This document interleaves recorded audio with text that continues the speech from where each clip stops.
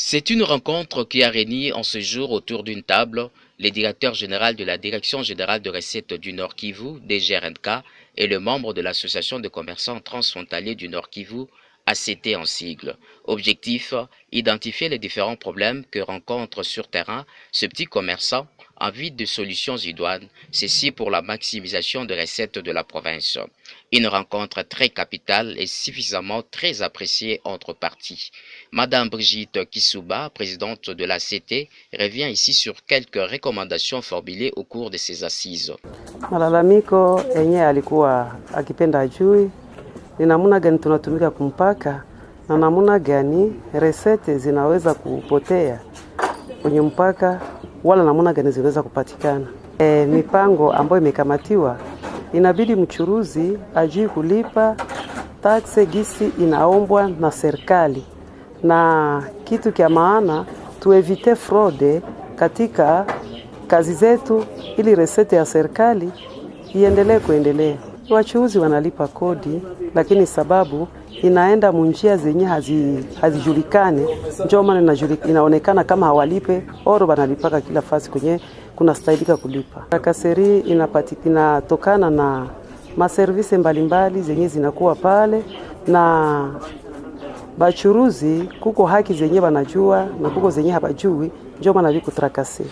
Lakini ingelikuwa heri kabisa kila mchuruzi kujua ni wapi atalipia na ni ngapi atalipa, haingeitwa trakaseri, ingekuwa sheria ya serikali, sababu mchuruzi amejua ni wapi atalipia na nini atalipa. Lakini wakati mchuruzi analipa franka kiolela, hajui wapi analipia na nini analipia, inaonekana kama picha ya trakaseri. Kwa wakuu viongozi wajui kuwaonyesha wachuuzi nini banaweza kulipa na wapi banaweza kulipa, na mchuruzi naye ajui mapasho yake kuserikali na ajui haki yake nini kwenye mpaka ili aweze kufaidia na kesho aendeleshe jamii. Pour Jonas Nkango, DG de la DGRNK, cette importante rencontre tombe à point nommé, car ceci est un mécanisme pour pouvoir renflouer le caisse de l'État congolais. Vous savez que nous sommes derrière les recettes provinciales, bien sûr, et que les ACT, ce sont des associations qui regroupent des petits commerçants qui font les trafics frontaliers. Ça, c'est la deuxième rencontre à laquelle nous participons. Et il y a toujours des rapports que nous recevons à nos bureaux. Il fallait que nous puissions nous retrouver d'abord dans un cadre bien précis pour écouter tout ce qui se passe sur le terrain avant que nous puissions faire la descente et tirer des conclusions.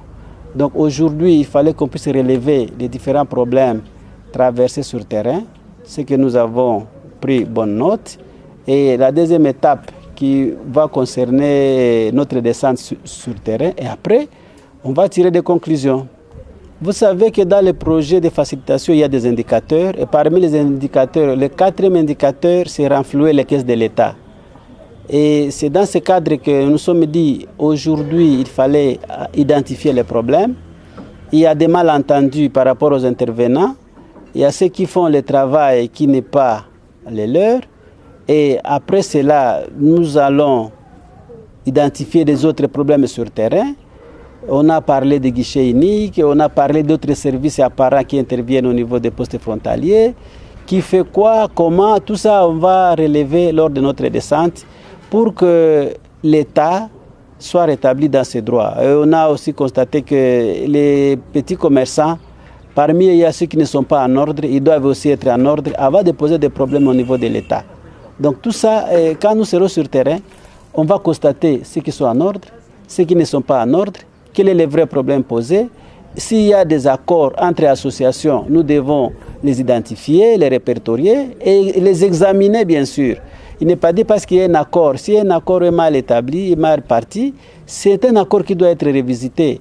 Alors c'est dans ce cadre que c'est le travail du terrain qui va éclairer, qui va nous édifier davantage avant d'arriver à des conclusions définitives.